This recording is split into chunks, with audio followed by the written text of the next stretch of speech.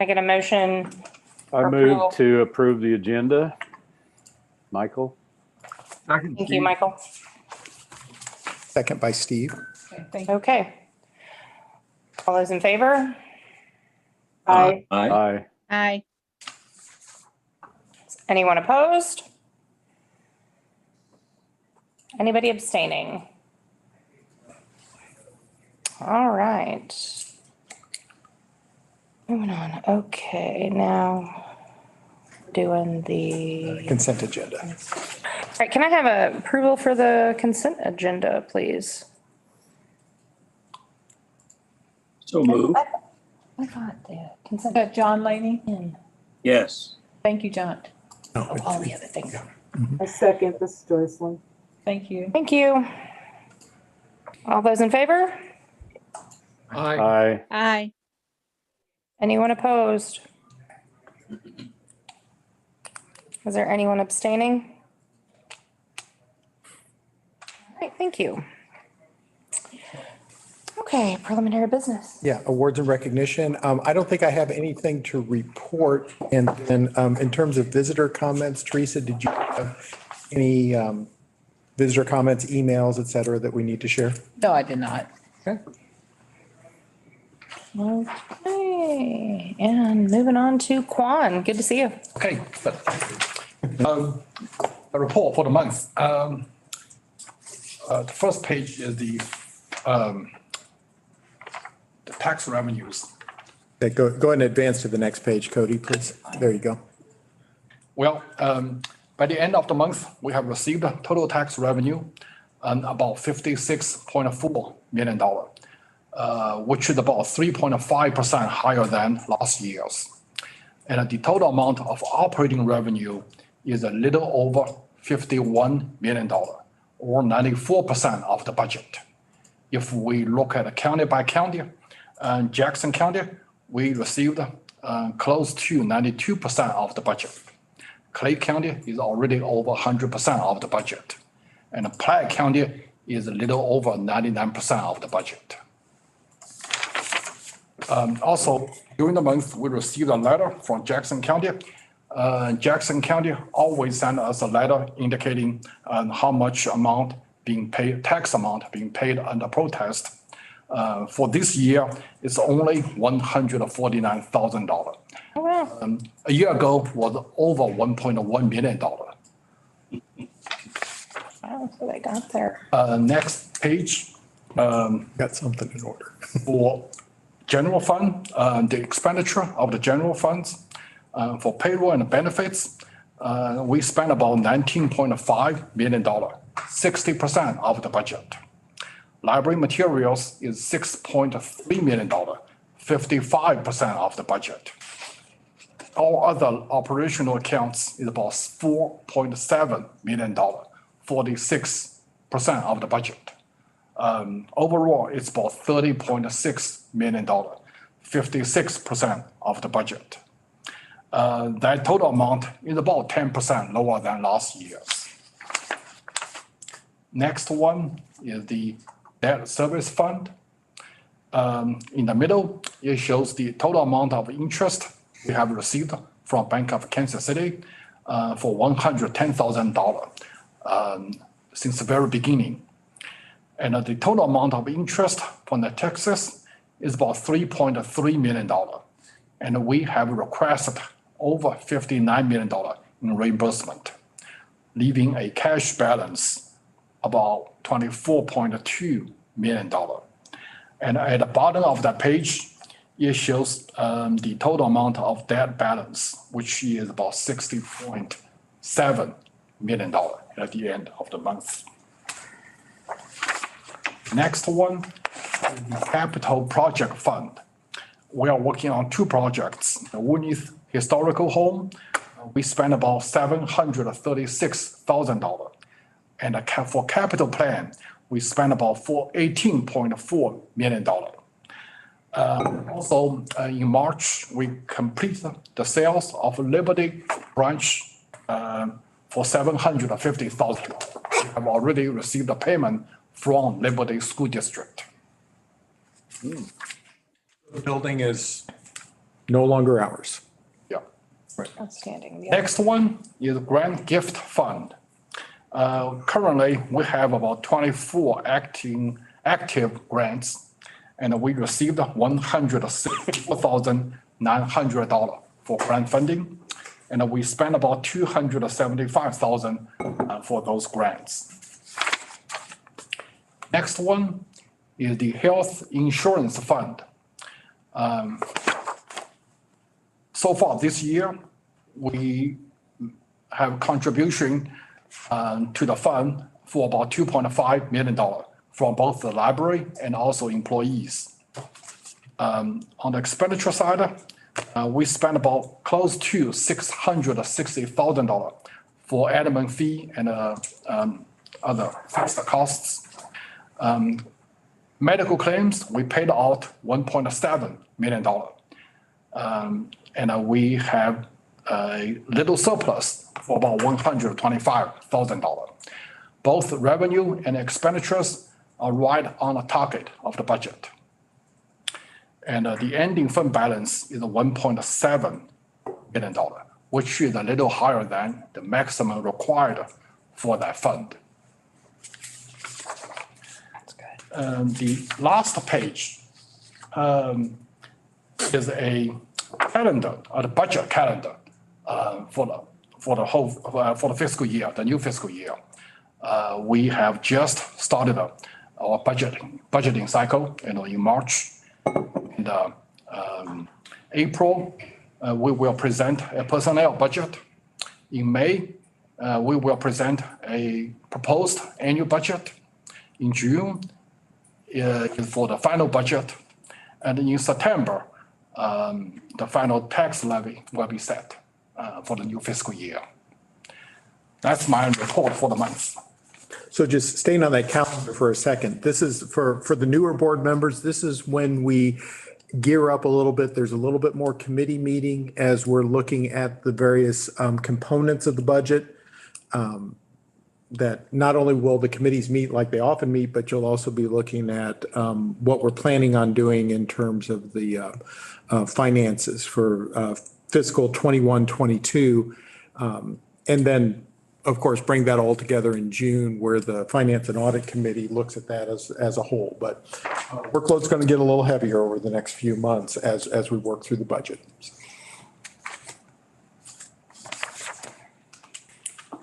That's it. Yeah, that's All right, thank you. the report. Okay, moving on to committee reports. Building committee is, Yeah, Brent's on. hi, Brent. Hi, Michelle. Welcome, everybody, in the way that we meet these days. We don't have any decisions that we need to make as a board this evening, but we have two new branches, concepts that we want to share with you. And I want to provide a little background for the benefit, frankly, of myself and all the other board members.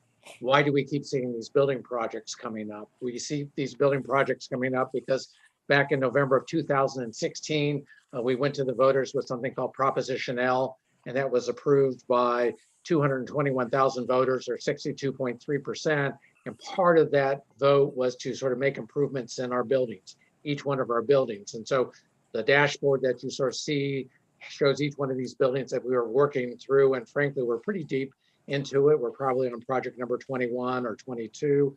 The ones we're going to look at tonight, and I will have the staff sort of show you the descriptions. North Oak, I think, is first, and it's followed by Lee Summit. We had a building assessment done by our architects, SAP and Design, and they kind of looked at the facilities. Lee Summit was built in 1990. North Oak was built in 1990, both of these, and they put grades to them. Lee Summit was a C minus, North Oak was a C, and people who've been on the building committee have seen these designs. And what I want to suggest to you is that they're kind of in my category, they get an A or they get an A plus. They're just really sort of gorgeous sort of designs. And there's some dimensions about both of them we want you to understand. We are remodeling Lee Summit, and the proposal is to demolish North Oak and rebuild on that site. The reason why it's important for the board to see these is because we will take these out to bid, and we want to take these out to bid shortly. I think Lee Summit is a little bit further along. and we get back something called the guaranteed maximum price. And this has been a very, very important feature of the building program, because the guaranteed maximum price says if they're going to do something for 4 million and it comes in at 4.2, we don't pay the additional $200,000. We have a guaranteed total maximum price, and if it comes in for a lesser amount, we get the benefit of the lower amount. New copies So of all things. that's by way of background. I wanted to, share that with you, because you will continue to see building projects coming your way, and you might ask, well, why do we keep doing all these buildings? We're doing these buildings as our social contract with the voters back in 2016 to provide them new library facilities that can serve, frankly, for the next generation, the 20 to 25 years. So I would encourage maybe just turn it over to Steve at this point, and then he could share the two proposals. Sure, happy to do that. So we'll start off with the proposal for the North Oak and schematic design concept. So if we go to the next slide, please, and next slide. This is the site plan. Oh, back one, please. Thank you. This is the site plan. And so this is actually the same property where the North Oak branch sits today. And so in terms of orientation, if you look on the right, you can see North Oak Traffic Way. You can see that there's a driveway. That driveway is where the driveway is today. If you look on the left, you can see that there's another existing driveway, and that driveway does exist today and goes out on McGee Street. But what we're proposing to do is to take down the building and basically use all of that space that's closest to North Oak Traffic Way as a parking lot. We think that there's benefit to that for two reasons. Setting the building back off the street a little bit, we believe will help visibility. It's a little counterintuitive, but if you think about it, it is kind of true. If the building is right up on the street and you're driving 35, 40 miles an hour, the buildings tend to get up on top of you really fast and you don't see them. So if we move the building to the back of the property, we think it will actually increase visibility. SDA and Helix are actually working on a site study to prove that concept. Bright sign, Pardon? big bright sign. Well, we're sign two. Yes, we're working on a sign two. The other thing that has been a constant problem with this site, based on what its current construction is that we believe that the original building, we didn't do, and by we, I do mean we, Mid-Continent, who was responsible for building that building, didn't do the type of engineering they needed to do on the site, didn't test the soils, and didn't adequately address how water flows through the site.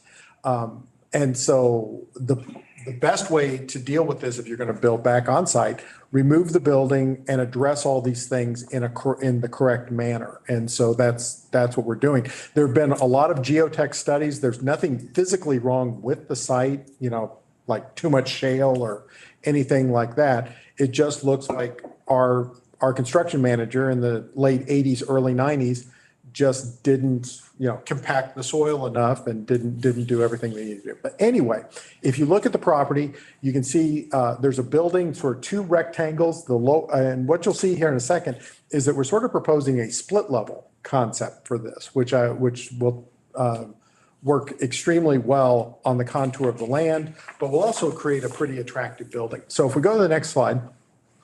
The next slide are the inspiration designs for what it is we're looking for North Oak. So one of the things that we're keeping in mind with North Oak is McGee Street, if you remember from the previous slide, is actually a residential street.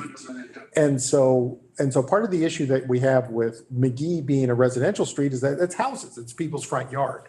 And our building is sort of a transition between commercial and residential. And so keeping that in mind, we were thinking our design should be a transition between commercial and residential. It shouldn't necessarily feel like a strip mall, but should feel, if you're there on McGee Street, it should feel comfortable to you like another house, but yet also be a commercial or an attractive amenity. And so these were some of the inspirations for the design team. So if we go to the next slide, this is one of the concepts or one of the drawings for how we're going to incorporate that, which kind of gives you a feel. You can kind of see with the pitched roof and with some of the materials that we're using, it gives you it kind of feels a little bit more like a house in some cases, which kind of is sensitive to that transition that I was referring to before. There's lots of glass and natural light on that east side facing North Oak Traffic Way, but as you go around the corner, there are less windows and less lighting because we don't want to be lighting up people's bedrooms, with our parking lot lights and things like that. So this is the concept. As you walk in on grade, that's where you'll find the service desk. It's also where you'll find many of the picture books and attractive collections for parents. And then on that upper level that you can kind of see from this is where you find the programming space as well as magazines and reading areas. So if we go to the next slide, this is actually our floor plan concept. And so if on the left-hand side, this is grade. So as you sort of go in at ground level. And then on the right-hand side is sort of the stacked 2 levels, and those stack on top of each other, splitting where the grade is. So on that grade level, like I said, service desk, picture books, that's in that blue area with the yellow shelves, that's where the picture books are. The yellow area that's in the upper corner is the staff room, and that's where the drive-up window is. This would have a drive-up window. It has a learning stair concept similar to what we built at Redbridge. That's what you see immediately to the left as you sort of go in the door. Those are a set of learning stairs.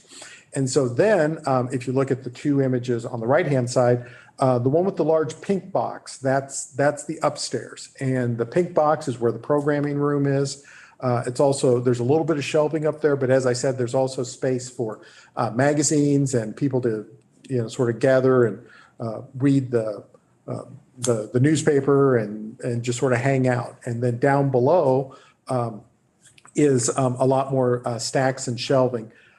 There are restrooms on all 3 levels there as it works out, and an elevator. Of course, we have to have an elevator for ADA purposes.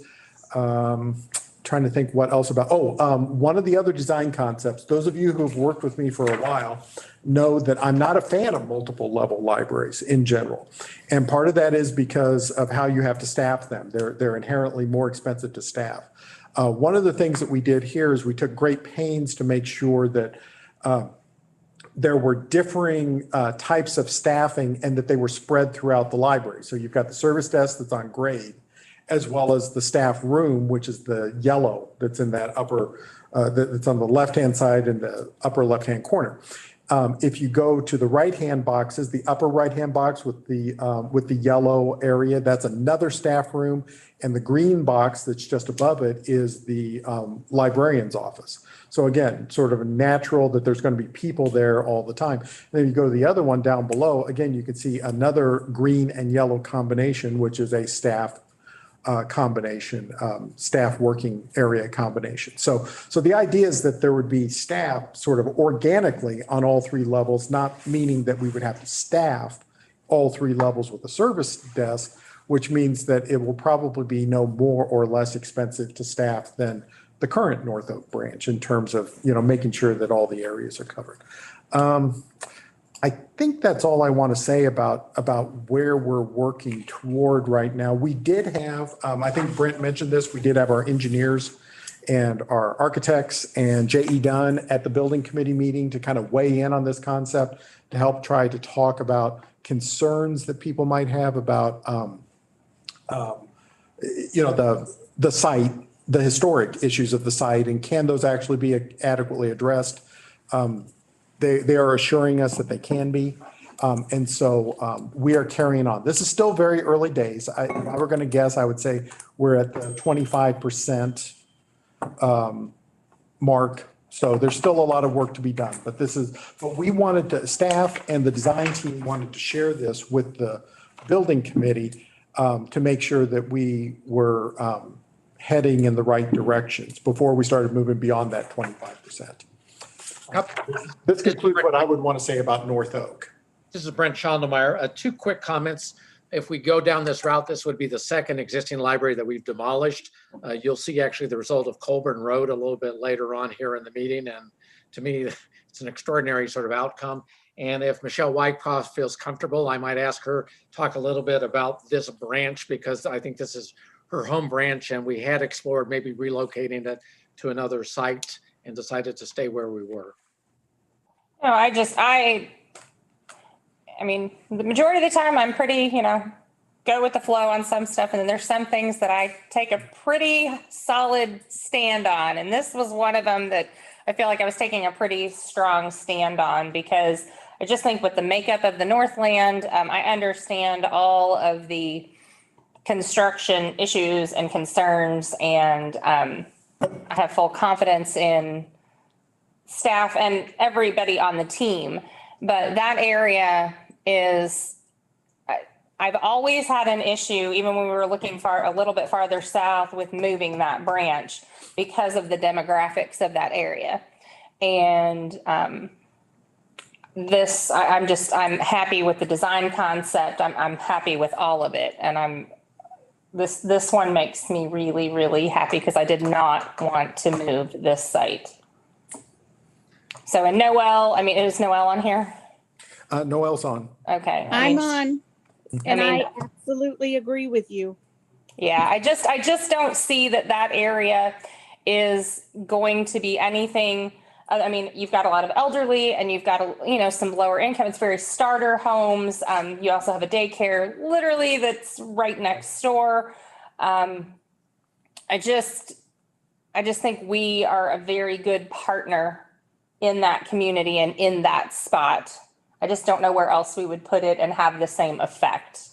There's a lot of people from that west side especially that can really safely walk to us. And there's a lot of homes back there. So anyway, that we're kind of in the back. Those people are kind of in the back door like Steve is at Redbridge. So, I just think it's a good concept. I'm happy. Thank you, Michelle. And Joycelyn, when we get to Lee Summit, I'm going to call upon you to make your own commentary about that one. So if staff wants to move to the Lee Summit project, I would appreciate it. Sure. So we'll go, and one more slide. So this is the Lee Summit branch design concept, and we're a little bit further along on this one. In fact, it's going to be going out for bid and guaranteed maximum price very soon. So if we go to the next slide, this is the site plan. And so if you're looking at the picture there, sort of the light yellow part of the rectangle is the existing branch, and it gets sort of darker yellow or orangish yellow. And that's what we're going to be adding to the library. This also involves the construction of this library involves us flattening the parking lot a little bit. Right now, the parking lot does not adhere to ADA standards. And actually, many of you know Cody is our producer. He produces the board meeting for us. And one of the last times he was actually working at Lee Summit, there was an incident report because I think a book truck got away from him and started rolling away from him. It's because the parking lot's dangerous. The grade is too steep. And so we're looking to fix that as part of this project. The other thing that's important is that right now, Lee Summit branch is not visible. You can't see it. And we're looking to address visibility. So in the next few slides, I'm going to show you, again, similar sort of thing, design concept, and inspiration and a few pictures and all of that. So, one last thing about the parking lot is that we're actually sort of redesigning. So you can see the road that kind of goes through there, that gray road. And part of what we're doing here is redesigning that road to make it less of a speedway going through there, so people can easily walk through and not feel like there's danger in terms of traffic. So if we go to the next slide, this is some of the design concepts that we were looking at. And the main thing that I want to show you here is sort of that billboard you see on the left-hand side, the idea of sort of creating artificial height, and that helps to create a grander vision, or, better view shed, easier to see the item, easier to see the building, just by sort of extending an architectural structure. So if we go to the next slide, this is the concept for the outside of the building. And so what you're actually seeing is sort of, over there to the left is the sort of the existing building. And then, you begin to see the metal panel start up. And right where that metal panel starts is where the door is right now. That's where the front door is today. And we continue to move over where all the glass is, and then eventually the glass is in the corner. That's where the new programming space is. And then when it ends, when the building ends, but still continues out, that's actually the drive lane for the drive-up window, as well as the extension that goes further out into, closer to, but not into the drive lane itself, which helps to create some visibility for the building. And so just to kind of show you what I'm talking about here, if we go to the next slide, you can really see this point. So you can probably see this much easier on your screen, but if you look at the upper picture, you can't see the library. I mean, the library is just not there. It's hidden between trees, and where it sort of opens up there, that's where the drive lane is. And of course, the building can't be where the drive is. But if you look down below, you can clearly see where it says library and where the logo is. And so it really does begin to increase the visibility. Now, of course, this is 50 highway. So, I mean, you can't really, make a left-hand turn and go to the library from here, but you can see the library from here, which is something you cannot do right now. I know what you're looking for. You can see it. Yeah, if you're trying to look for it, you can see it. What we're hoping to do here is that people who aren't trying to see it will see it organically. And we think that that's going to happen. A very similar study is what we'll be doing for North Oak to sort of prove that it will be more visible. Oh, I think you're right on. Once we move along. So, yeah. Next page, our next slide. This is the floor plan. And so with the floor plan, just in terms of orientation for the building, where those two sort of round things are outside of the building on the bottom of the picture, that's where the door is right now. And so we're moving the door a little bit to the right, and part of that is to center it in the building. But sort of reorganizing the entire space in the building. You can see on the left-hand side, there's the blue boxes. Those are the collaboration rooms for the new building. The two large blue boxes on the right-hand side toward the bottom is the programming space. We're building the programming space to accommodate a movable, operable partition wall. We'll see if we can afford it. But we're gonna build it so that we can put it in inexpensively if we're able to do that within the budget. The programming space itself is rather large. It's actually, if I remember correctly, and Jake may be on the call, it was close to the same size as our Woodneath room, as I recall. So it's a large in terms of square footage. But yeah, this is the floor plan. So it really does expand this building considerably.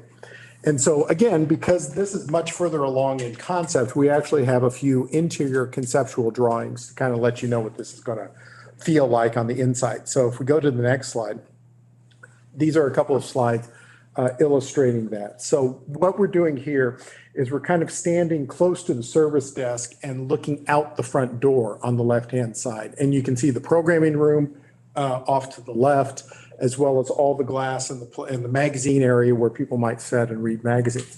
The picture on the right-hand side is actually standing against the back wall and looking toward the front door. And so what you're seeing here is sort of an edge of where the children's space is, but also where some of the tables are. But the thing that's really kind of interesting here is the ceiling. So what we've done is we've taken the acoustical ceiling down, gone to deck, and those images, those sort of little plastic clouds or those clouds that are in the ceiling are actually tanagrams. And so what will end up happening is that as you're walking along and looking up, you'll see tanagram shapes that actually make images. So like they'll make a fox or a dog or a cat or something like that. I mean, if you've ever done those triangle tanagram puzzles, that's what that is. And so there'll also be a sort of a concept in the children's area, like a wall where kids can make tanagram puzzles too. So it'll kind of connect all those things together. And so that's what it's looking like. And as I said, this is getting ready to go out for the general, the guaranteed maximum price, and should be ready to go. I just did get confirmation from Jake that yes, the capacity of the programming space is comparable to the programming space at Woodmead. So it's going to be a really, really big space, which is needed. They do a lot of large programs at Lee Summit. So I think that's the end of the slides that we have for the concepts. Back to you, Brent. Joycelyn? Yeah, thanks, Steve, for that wonderful presentation. Just to put this branch in context, the Lee Summit, this branch here was the first library branch in Lee Summit. It's number one in terms of, or it has historically been number one in terms of circulation. And it will be a third branch for Lee Summit. I think it was wise for the board to keep it where it is. And I commend staff for working through the logistical issues to address some concerns that we had, which was fixing that parking lot, and it needed to be fixed. And I think that the plans address that. It also addressed, I believe the plans also address the issue of not having enough space, being that we now have walking areas to use other parts of the parking lot that exists already. So I think that it's well suited for that. And I think that it also addressed the issues of meeting the needs of our number one branch. I think it's used a lot for tutoring. It's used a lot for homeschool programming and programming in general. It's used a lot by small business people or people who need faxing and copying services. And the computers are used very regularly, and it hosts quite a bit of book clubs. So I think it will continue, even though we now have a third branch in Lee Summit. I think it will continue to be very used. And I think that the building committee and our staff and Jake and Felix has done a good job in addressing pretty much all the issues that needed to be addressed at this time. So kudos, and I'm looking forward to sitting by that window and reading some books. Thank you. So thank you, Joycelyn. This is Brent Schandelmeyer. I want to assure our fellow board members that the building committee discussions are pretty robust. Mhm. We talk through a lot of these things, and in many ways we rely upon the local knowledge and the local experience of people using these branches. And so I'm appreciative of the participation of the building committee on these things. So there's no decisions that need to be made relative to either one of these designs, but if you find there's something that's just totally objectionable or something that could be addressed, it would be important to hear that pretty quickly, because the designs will be finished up and sent out for bid. So I'm going to turn it back over to our staff to sort of provide an update about other projects. And then I think at the end, Steve's going to share a video from Colburn Road, which will be, I'm anxious to see. Okay, so next slide is our capital update, capital plans update. So next slide after that is the placemat. Again, remember we redesigned this a little bit. So now it's basically showing what's in black is done, what's in green is underway, and what's in white is to do. The real important things to notice here, I would suggest is that as you're looking at this, we're still setting at 84.5 million. We still have contingency. When you add in all of the allocations and everything, we are still in great shape. I mean, we've still got resources to build everything that we've said we're going to build. And we still have contingency, and we still have everything set aside that we need to finish things up. So, and that's important. I mean, I think all of us live in communities where frequently we'll see a situation where our school districts might pass a bond issue, and then they'll tell you, well, we built the buildings, now we don't have enough to operate them or something. That's not our situation. We are still in great shape all the way through so far. So if we go to the next slide, it's our traditional what's the status update as of February. So next slide, please.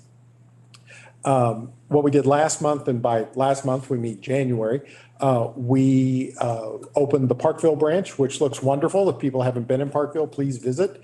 And South Independence had substantial completion on January the 11th. If we go to the next slide. In February, we opened South Independence, and Grandview had substantial completion and started staging and getting all the materials in for Grandview. And so if we go to the next slide, we have listed on here Grandview branch opening on March the 22nd. And actually, that's not quite accurate. We are actually going to be opening Grandview on March the 19th.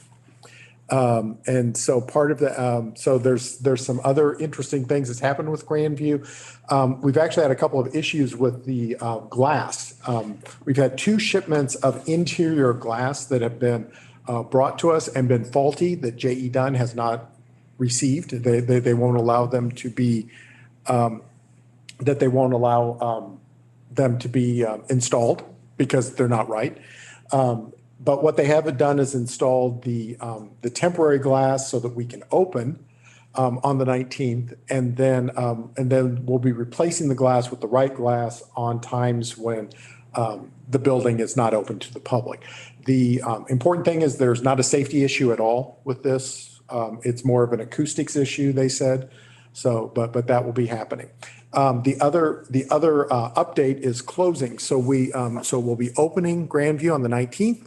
And we will close Blue Ridge just up the road on the 20th to start working on their update. So that's the big news that's going on there.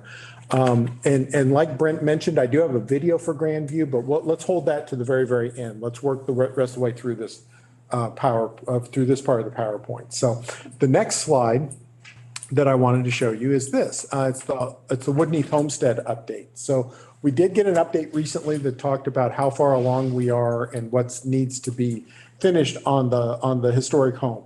So as you can see, the entire list here that we've got trim for the plaster work through February the 26th. Wood floor installation is going on and right now in this first part of March. Plaster installation starting March 1st and will take about 4 weeks, almost all this month. Paint and trim for the doors and install the fire shutter in April. They'll refinish the wood floors and the final coats of all of that in April, painting the walls and ceilings in May. Carpet installation the middle of May and final cleanup and punch at the end of the month. So that'll mean we should be in, everything holds. We should be in good shape to start moving stuff in June. So the house is almost finished. We've seen light at the end of the tunnel. The last, I believe, 2 slides here before we back up and take a look at the video are some updates on Colburn Road. So you can see Colburn Road is moving along very quickly. I mean, they're starting to get flooring down. Carpet's the last thing you put down. And so we're seeing flooring done throughout. Also getting the branding in place. The sort of wooden thing that's there in the lower left-hand corner is the cafe. There is a vendor for that. Post Coffee in Lee Summit is actually the vendor. That's right, isn't it, Juan? Post Coffee? Post Coffee, yes. Yeah, that's right. And so as we can see, this moving along very quickly and certainly ready to be moving. So moving back in. So if we go to the next slide, it's Woodneath, and not quite as exciting, but pretty exciting if you're in the construction area, because what we're seeing here is that everything's sort of flattened out, that we're beginning to see the grade beams and the slab being poured, which is a very, very important part of getting things going. It's usually after this part that happens that things start moving really quickly. So things moving quickly for the Woodneath Auditorium. And so last thing I'd like to do, if I may, is we've got a really short walkthrough of the Grandview branch, which is opening on the 19th. And some of you might have saw Matt Stewart was out there, and so that there was a sneak preview on Fox 4 this morning. So Cody, if you've got that, can you show that video of the walkthrough of Grandview? Yes, just 1 second while I get it pulled up. Right.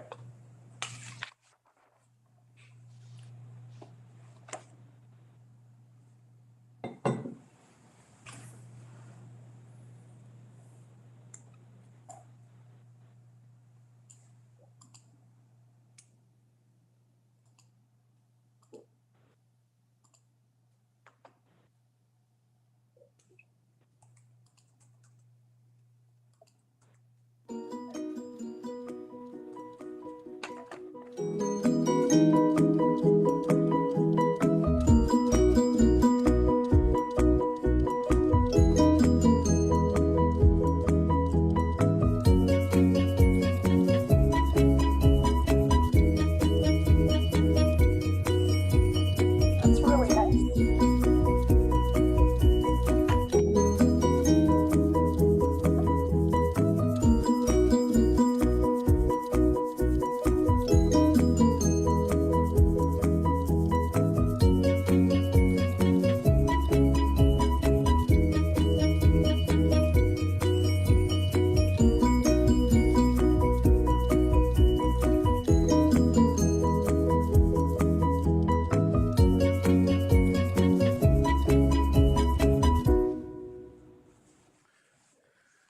So that just hit social media this afternoon. And I don't know what we're doing in terms of hits or anything, but it's really exciting. I mean, it looks like a brand new branch, and we're really excited to be able to share that with the public very soon. So I think, Brent, back to you. I mean, I think that's all that I had. Just two other quick things for the new more board members. Jake Weimer is on the call here and you've not met him. Steve does a lot of the talking. I'm here to suggest Jake does a lot of the work. And it's really, really important because in some ways, prior to an earlier time, we didn't have somebody that was just devoted to our construction projects, and it really takes that. The last thing I would share with the board, the building committee has been looking at what site might be in Grain Valley. Because we're in a rented facility there and we're continuing to work through that. And probably maybe in the next 60 or 90 days, we may be able to come back with you with a report about a potential land acquisition there that will be necessary to site a new library. So I think that's it. I mean, I always look at these buildings and it's transformational and what's been done. Some of them are new constructions, but most of them have been remodels. And there's an aesthetic to them that I'm here to suggest our prior buildings did not have. And the aesthetic is more colors, bright, more windows, more open, configured in a way that's reflective of how it is that the buildings are being used. So our designer and our construction, they've been very great to work with, and they're not on our call, but at some point we have a lot to thanks for them because they've been moving these projects along rather expeditiously and getting us good pricing. So that's my report, unless there's any question from or comment from any of the building committee members or other board members. No, I don't have any. All right. Thank you, Brent. And since I'm not hearing any questions, comments, and if you do think of something later, feel free to direct that back to Brent. Librarians report. There's three things that I want to talk or bring your attention to today. The first thing is our COVID-19 dashboard, and I'm hoping that this is not going to be around forever, but this is something that I wanted to share with you. So if we go to the next slide, please. This is the dashboard, and the most interesting thing here is that if you look at the positive staff tests and where it says, the very last column, February, the next to the last column was very low.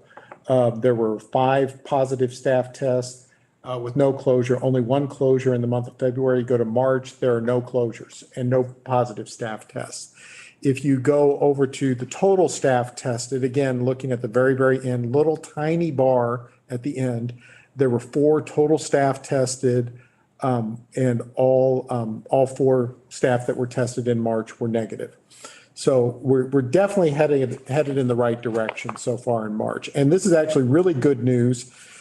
if you consider, that we did open for browsing and we've added some new services and we've done some new things. So I think this is very positive where we are. And I think also, as I've mentioned a couple of times, I've worked out at a couple of branches. Actually, I think I worked 3 or 4 days out at branches.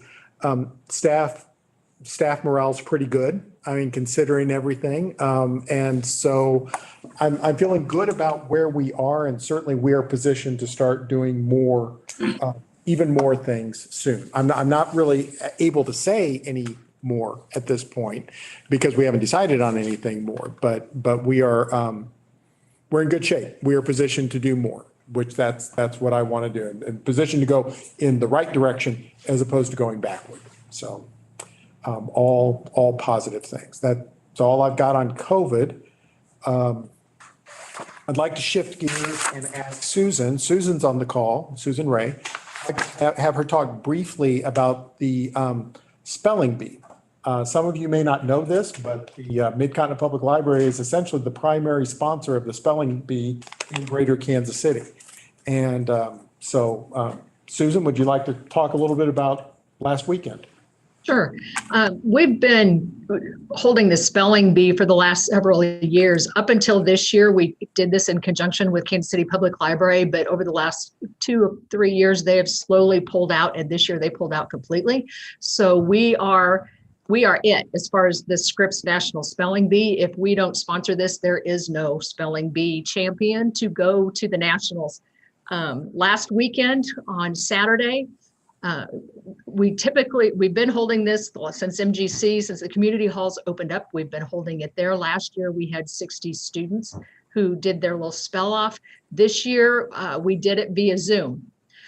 They did it a little bit differently this year because we couldn't have so many kids in the room. Typically, there is a semifinal round and then a finals round.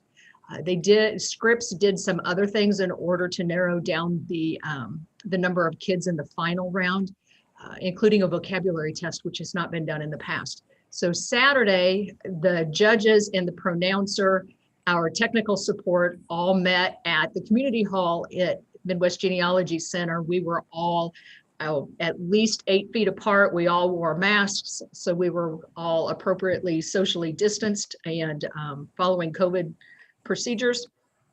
There were 26 students in this competition. It took 14 rounds to get down to our one winner.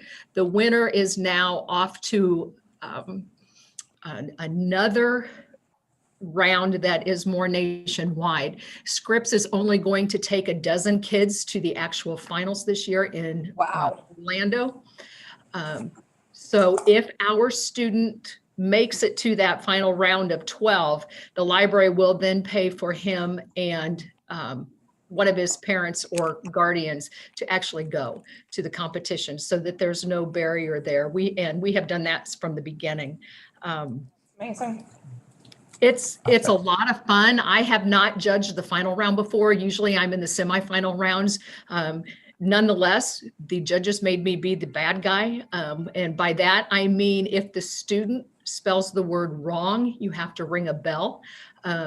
Doing it via Zoom wasn't near as heartbreaking for me because as soon as the students figured out they spelled the word wrong, they turned their video off. When you do that in person, you get tears and all kinds of things, which I'm sure there were tears. I just didn't have to see them. The first year I did that, I had to hit the bell and just not look at the student. Because it's some of them, especially the younger ones who have just, it's their first or second time in the spelling bee, really do take it personally. You can usually tell the students catch themselves when they spell the word wrong. And they pause, but they can't go back and start over. It went really well. It took about 4 hours, and we will continue to do this as long as we can. Thank you, Susan. Last part of the librarian's report, I've asked Jim Staley to put together a presentation. If you remember last month, we were talking about opening for browsing, and I think several of you had some ideas and some suggestions for some things we could do, make sure we got the word out. And we took many of those suggestions and did many of those things. But I asked Jim to put together a full presentation so you could see all the things we did to increase visibility for this new level of service and what the outcome was. So Jim, I believe you're on the line and floor is yours. Yeah, hello, everybody. Yeah, like Steve said, since we had a robust discussion about this, I thought this would be a good opportunity to show you kind of what our department would do in general in a situation like this. I know Steve, I think, has asked us maybe later in the year to come back and do a more full presentation on how our department works and some of the things that we do, but this one's specifically around the communication around browsing services. So if somebody could hit the next slide. I wanted to start by showing you a few of the folks, because so many new people are here. I wanted to show you a few people who would be working on a project like this. The first person there is our community relations specialist, Emily Brown. She does all the PR work. She was up at 5 a.m. this morning meeting Matt Stewart for the Fox 4 interview, along with Kira, who actually did the interview. Next to her is Tommy Harden. Tommy is our online marketing coordinator, which means he manages social media, among some various other things, but social media is a big piece of it. The marketing content coordinator, Jody Olson-Kidney. Jody actually came to us and started with us in May of last year. So nobody on our team has ever actually worked in the office together with Jody before, but she has hit the ground running. Anyway, she handles the email program. You all know Katina, or I should say most of you know Katina. Katina is part of our team. The data is a big part of how we make decisions and what we do. So we desperately need her input on things. Mary is our marketing manager.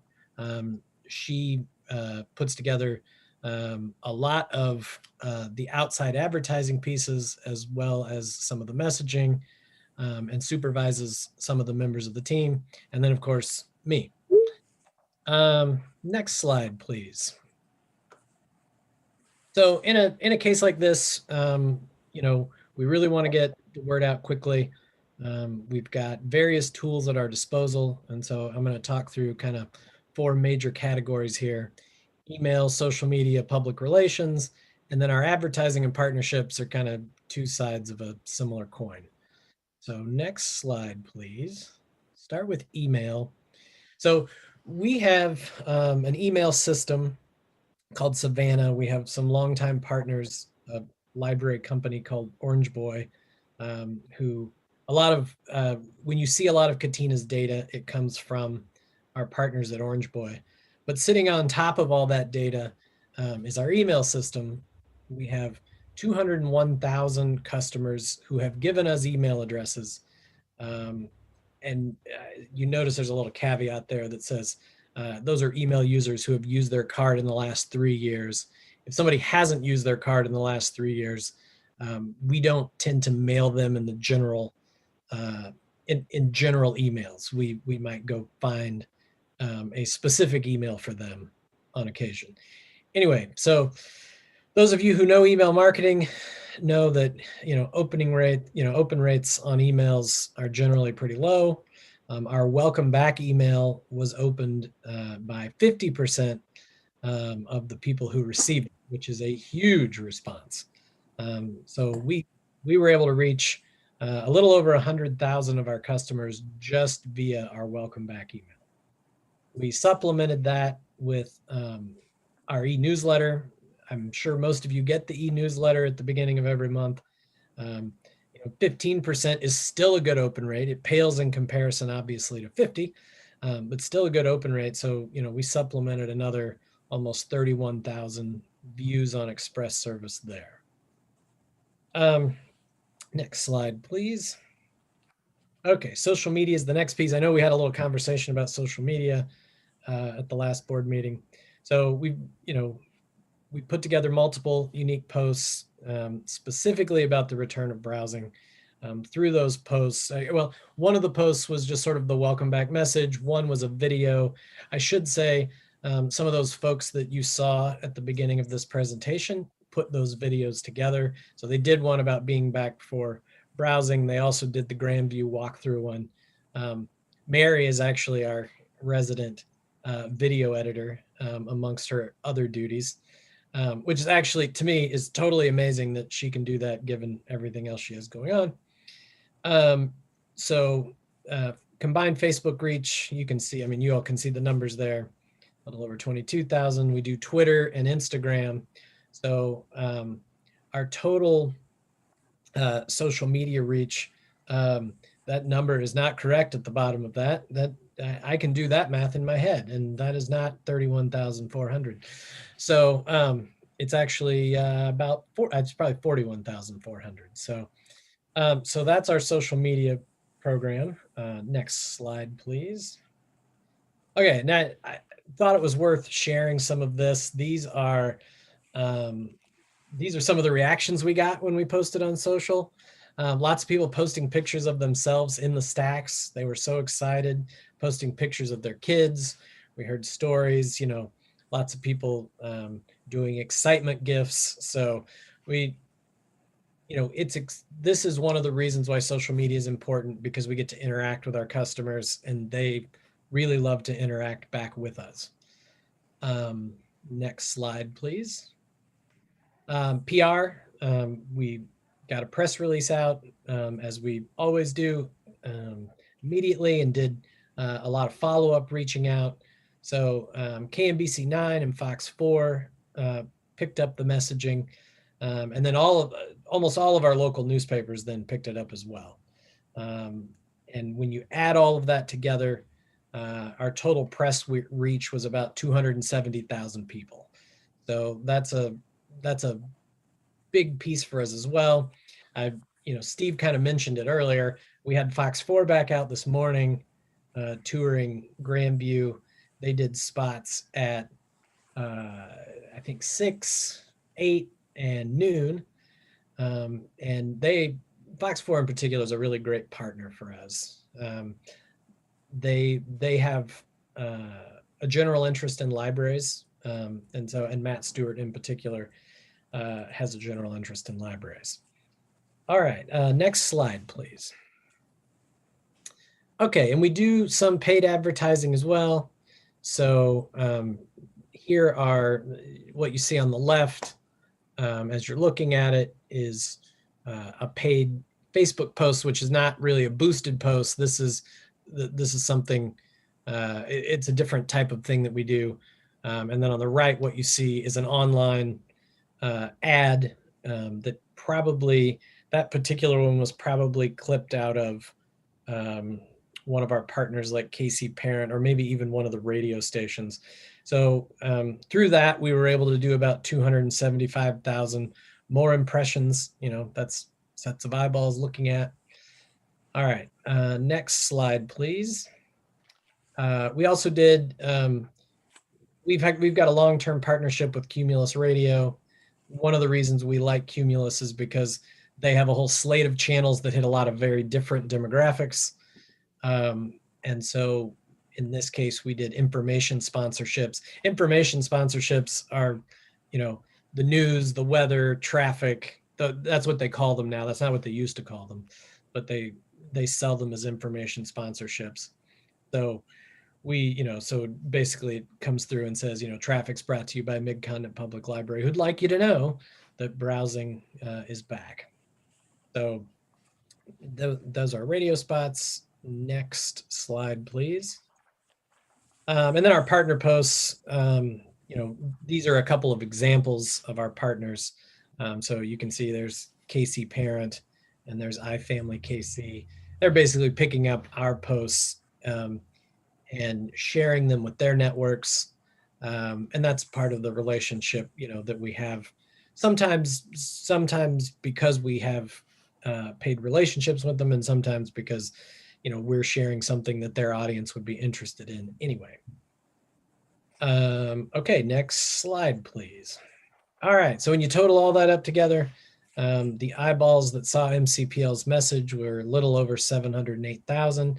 That was, we finished this up last Friday, so there's probably been a few more since then. But this is sort of in general, this is the way we go about making sure people see our library messages when something happens. So I think that's the last slide. Mhm. Oh, Oh, no, no. one more. Oh, no, I'm sorry. The most important part. So what did it do? Okay, there's a slide here. The red line on the bottom of your graph there is our daily attendance.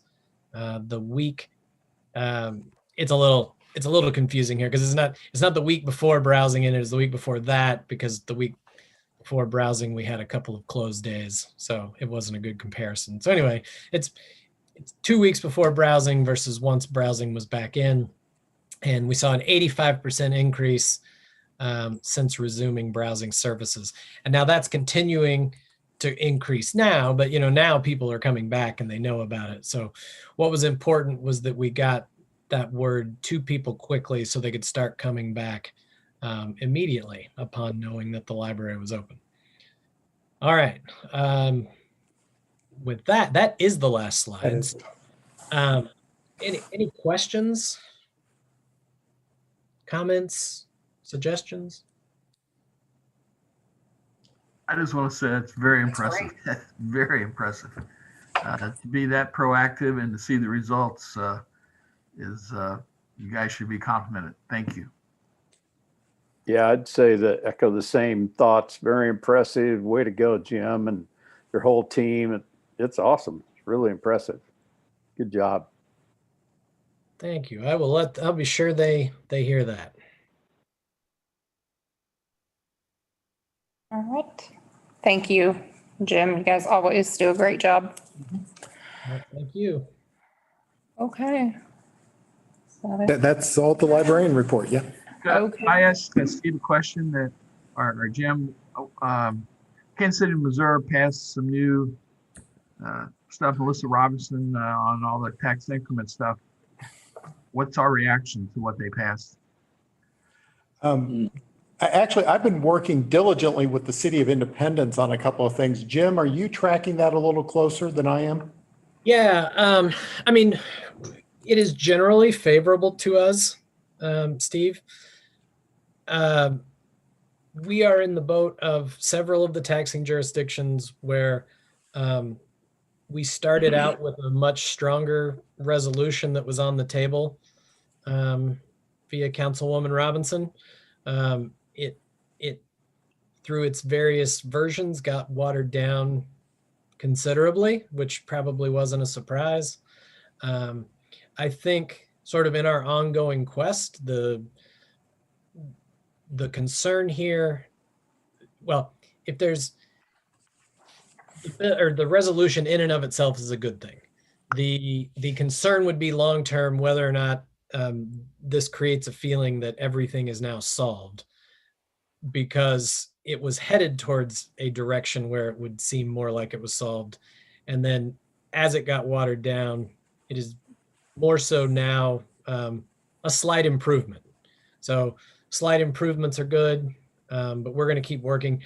We regularly meet with the other taxing jurisdictions to discuss strategy on how to keep getting the best deals possible for all of our constituents. And by all of our constituents, I mean each one of the taxing jurisdictions constituents. And yeah, I think we still have some work to do. That we are looking at a few things coming forward, and I think ultimately there might be some stuff we'd be bringing to the finance committee relatively soon on some monitoring and how we can do monitoring better. So does that answer your question, Steve? Yeah, my take on it was that it wasn't what we hoped for in general, but it was progress, and those of us who follow the legislative process know that progress is sometimes a fleeting kind of subject matter, but we are going in the right direction. We do, I think, more so now than we've had in a long time, have the attention of a lot of people that libraries and schools are being shortchanged, and I think I think we've raised our visibility, and I think it was a step in the right direction. And I think you're right, Jim. We just got to stay with it. We're not over. It's not a final solution, but it is a step in the right direction. So thank you for all your good work on that regard also. Yeah, thank you. Okay. Well, I think we'll move on to new business, setting the non-binding levy. Yeah, I'll be happy to tee this up for everyone. Yep. So the issue here is that tax jurisdictions are required to set a non-binding levy rate as outlined in statute. That's section 137.243 and applied in statute 137.180. The non-binding rate is used to create property tax estimates for residents of counties with a charter form of government, i.e. Jackson County in our case. Since MCPL includes parts of Jackson County, the library is obligated to adhere to this provision for the entire district. Failure to set the non-binding levy will result in a 20% reduction in taxes collected. This process is well ahead of the necessary steps in creating the annual budget and is not used as part of the budgeting process, although required by law. MCPL typically calculates the actual levy and revenue amounts when the library receives the county assessed valuation reports later in the year and certifies the actual levy rate once that amount is authorized by the state auditor, typically in September, as Quan mentioned earlier in the meeting. This action's value, it's primarily a ministerial value, but the action is also stewardship that the library believes in public and private dollars entrusted to us must be effectively and efficiently to improve the community. So staff's recommendation is that that the board set the non-binding levy rate at the voted ceiling of 40 cents per $100 of assessed valuation. All right. Can I get a motion? So moved. It's rolling. Okay, and can I get a second? Second, Michael. Thank you. Is there any discussion? Yeah, this is Yummy. I have a question. Go ahead. Yeah, no, that just sounds like very, very high. Can you explain that a little bit? The 40 cents per 100? Yes, sir. Yeah, that's the voted amount that the taxpayers and the voters authorized us to levy. And so that is our voted ceiling, number one. Number two, if we set it lower than that amount and guess wrong, then we potentially have a problem and wouldn't be able to come back and do it otherwise. Be able to collect the full calculated amount is what I mean. So, as I mentioned earlier, this is well above, it's prescriptive. We have never actually taxed at 40 cents per 100, but it's what we typically do and it's what we're authorized to do. What do we tax? So if I'm remembering correctly, so the other counties, Platte and Clay, were at about 36 cents. What is our current, for all four digits? 36.96. 36.96 is what our calculated rate is. Okay, thank you. And we won't know our calculated rate until the assessed valuation finishes in September. This is Brent Schoenemer. I want to point out is that the rate is the same for all counties. We're a consolidated library district, so there's not a different rate for Jackson County, Platte County, or Clay County. It's the same across the whole library district. Okay, yeah, that's what didn't make sense to me. Okay, so I understand a little better now. Thank you. Are there any other questions or comments?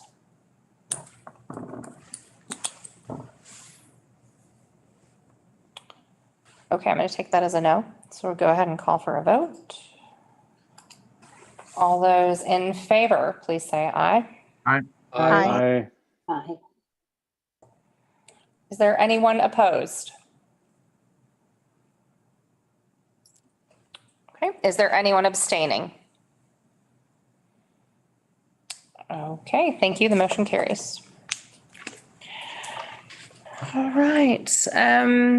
Thank you, everybody. Now moving on to announcements. Just looking at your list, so please be sure to consult your list of announcements. There are going to be, we've got committee meetings scheduled or listed on the announcements page. And very often the committee meetings are canceled. As I mentioned earlier, as we're getting into the budget period, it's not as likely that they will be canceled. They probably will be held. So we'll keep you posted and make sure that you get all the information that you need for the upcoming committee meetings. But I don't think I have any other announcements. Do you have anything? No, I don't have anything. Okay. Trustees' comments. Does anyone have any comments?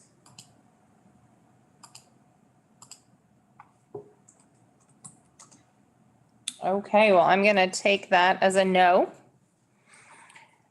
I will take a motion for adjournment. So move. Second is Joyce. All right, all those in favor?